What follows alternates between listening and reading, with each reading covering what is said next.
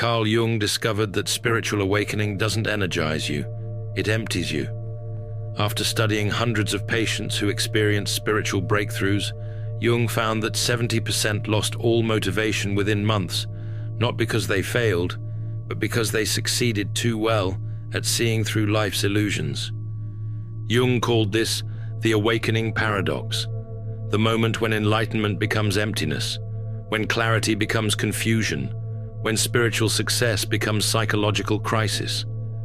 You thought awakening would set you on fire with purpose.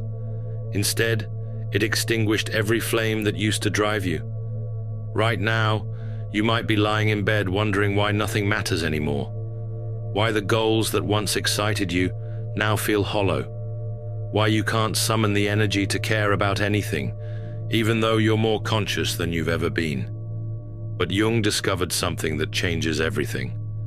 This emptiness isn't a spiritual failure, it's a psychological necessity.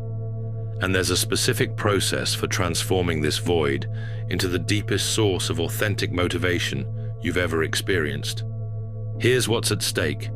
Everything you thought you knew about motivation, purpose, and spiritual growth. You've been told that awakening leads to bliss, that consciousness brings clarity, that enlightenment ignites passion. But Jung discovered the opposite is true. The more you awaken, the more you realize that every goal you've been chasing was an illusion. Every motivation you've had was rooted in ego, fear, or social conditioning.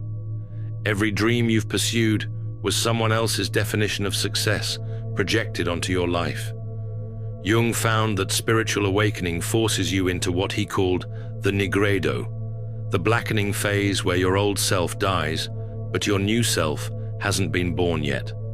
You're stuck in psychological limbo, too conscious to go back to sleep, but not yet awake enough to know what comes next. The cost of not understanding this process is devastating. Most people think they're experiencing spiritual depression. They believe they've done something wrong, that they've lost their way, that they need to get their motivation back. But Jung warned that trying to return to old motivations after awakening is like trying to put a butterfly back in its cocoon. It's not just impossible, it's a betrayal of your own evolution. The real danger is that you'll either force yourself back into ego-driven goals that no longer fit, or you'll remain paralyzed in this emptiness forever. Neither path leads to authentic living. Jung discovered there's a third option: learning to navigate the void consciously, understanding why awakening kills motivation, and discovering how to birth entirely new forms of purpose from the ashes of your old self. Let me tell you about the patient who made Carl Jung realize that spiritual awakening could be more psychologically dangerous than sleeping through life. Her name was Maria, and she came to Jung after what she described as the most profound spiritual experience of her existence.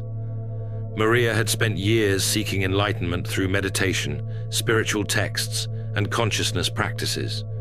Then one day, during a particularly deep meditation, she experienced what mystics call ego death, a complete dissolution of her personal identity into universal consciousness. For weeks afterward, Maria felt euphoric. She had touched the divine. She had seen through the illusion of separation. She understood, with crystalline clarity, that everything she had previously worried about was ultimately meaningless. But then something terrifying happened. Maria couldn't get out of bed. She stopped eating. She quit her job. She ended her relationships, not out of depression, but out of a profound indifference that she couldn't explain. "I've seen the truth," she told Jung. "Nothing matters. Goals are illusions. Achievements are ego games. Love is attachment. Work is distraction. I can't pretend anymore that any of it has meaning." Jung recognized something that most spiritual teachers missed. Maria wasn't experiencing spiritual failure. She was experiencing what alchemists called the nigredo, the necessary death phase that precedes rebirth. Jung had studied alchemy extensively, understanding it not as primitive chemistry, but as a symbolic map of psychological transformation. The nigredo is the first stage where the prima materia, your old identity, must be completely dissolved before something new can emerge. But here's what Jung discovered that shocked even him. In our modern world, people can trigger the nigredo through spiritual practices without understanding what they're entering. They awaken to the emptiness of ego-driven life, but have no framework for what comes next. Jung called this premature enlightenment, accessing higher states of consciousness before developing the psychological container to integrate them. It's like performing surgery on yourself without understanding anatomy. Maria had successfully seen through the illusions that motivate most people, but she had no idea how to function in the world with this knowledge. She was psychologically homeless, too conscious to live unconsciously, but not yet integrated enough to live consciously.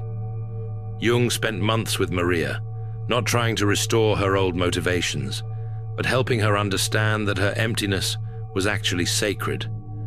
She was in the chrysalis phase of human development, the space between caterpillar and butterfly where everything looks like formless goo.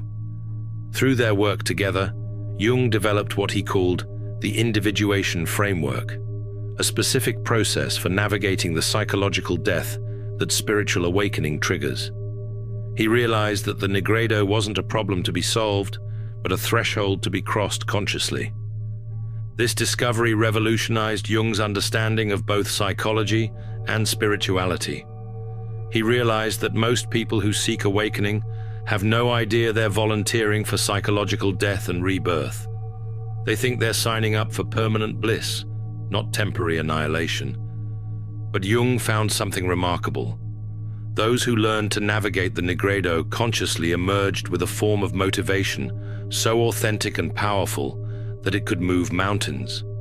They found purpose that couldn't be shaken by external circumstances because it emerged from the depths of their own being. After working with hundreds of patients experiencing post-awakening emptiness, Carl Jung made a discovery that changed everything he thought he knew about human motivation. The very process that kills your ego-driven desires is the same process that births soul-driven purpose. Jung called this the individuation paradox. You must lose yourself completely before you can find yourself authentically. But here's where most people get stuck. They think losing motivation means they're doing something wrong, when actually it means they're doing something right.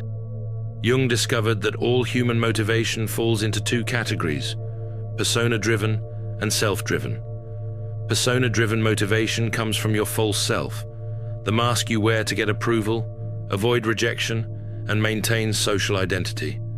This includes career ambitions, relationship goals, achievement desires, and status pursuits.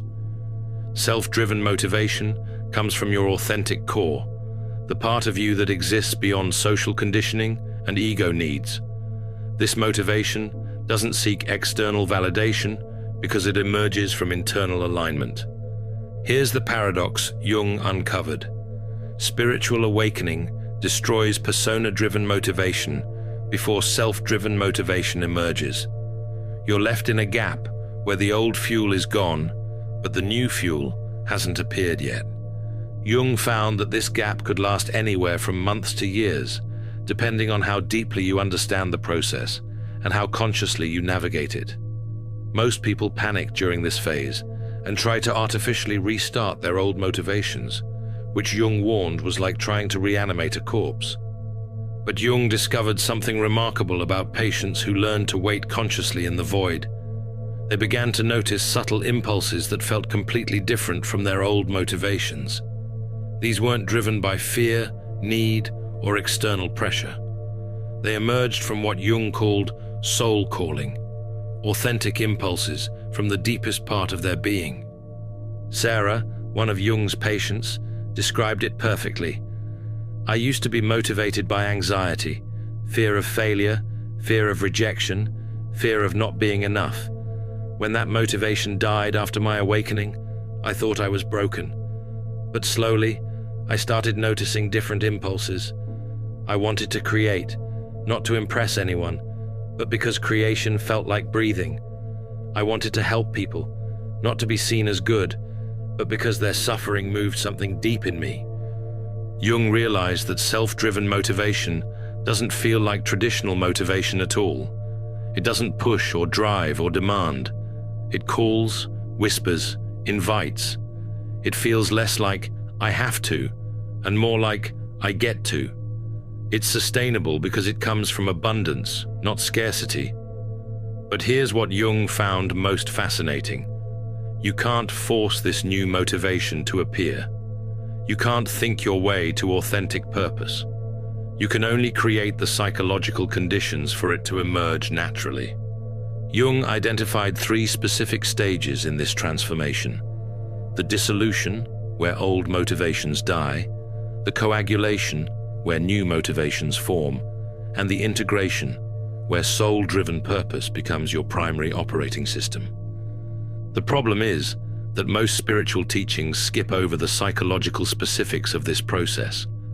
They tell you to follow your bliss without explaining that first, you have to consciously compost your old sense of purpose and wait in the fertilizer of uncertainty. Jung spent years developing specific techniques for navigating each stage consciously, transforming spiritual awakening from a psychological crisis into a guided rebirth. Now I'm going to reveal Carl Jung's most powerful insight about post-awakening emptiness, the realization that completely transformed how he understood human purpose and why most people never discover their authentic calling. Jung discovered that what most people call purpose is actually sophisticated ego defense. Your career goals, relationship aspirations, achievement desires. Jung found that 90% of what drives human behavior is unconscious attempts to avoid feeling inadequate, unloved, or insignificant. During his research, Jung documented a disturbing pattern. People would spend decades pursuing goals that they thought were meaningful, only to achieve them and feel completely empty. This wasn't failure. It was the inevitable result of chasing purposes that never belonged to them in the first place. Jung called this purpose poisoning, when you mistake ego-driven desires for soul-driven calling. You think you want success, recognition, or achievement, but what you actually want is to feel worthy, safe, or loved. The problem is that external accomplishments can never fill internal voids. This is why spiritual awakening kills motivation so effectively. When you see through the illusion of the separate self, you also see through the illusion that external achievements can create internal fulfillment. Every goal you've been chasing suddenly looks like a sophisticated form of self-deception. Jung worked with a patient named Thomas, who perfectly illustrated this dynamic. Thomas had spent 15 years building a successful business, thinking he was motivated by entrepreneurial passion. But after a profound awakening experience, Thomas couldn't summon any interest in his company. "I built this business because I was terrified of being seen as a failure," Thomas told Jung. "Every late night, every sacrifice, every strategic decision was driven by the fear that I wasn't enough. Now that I can see this clearly, the whole enterprise feels like an elaborate house of cards built on quicksand." Jung helped Thomas understand that his loss of motivation wasn't a spiritual crisis. It was a spiritual liberation. Thomas was finally free from the unconscious fears that had been puppeteering his life decisions. But Jung discovered something crucial. You can't just strip away false purposes without replacing them with authentic ones. Nature abhors a vacuum, and the psyche abhors meaninglessness. If you don't consciously cultivate authentic purpose, you'll either relapse into ego-driven goals or remain paralyzed in purposelessness. Jung developed what he called the purpose archaeology process, a systematic method for excavating authentic calling from beneath layers of social conditioning and ego programming. The process begins with what Jung called desire discrimination, learning to distinguish between ego desires motivated by fear, lack, or social pressure, and soul desires motivated by love, abundance, or authentic expression. Ego desires always contain hidden because clauses. I want to be successful because then people will respect me. I want to find love because I can't bear being alone. I want to make money because I'm afraid of being poor. Soul desires stand alone without justification. I want to create. I want to help. I want to explore. They don't need external validation because they emerge from internal fullness.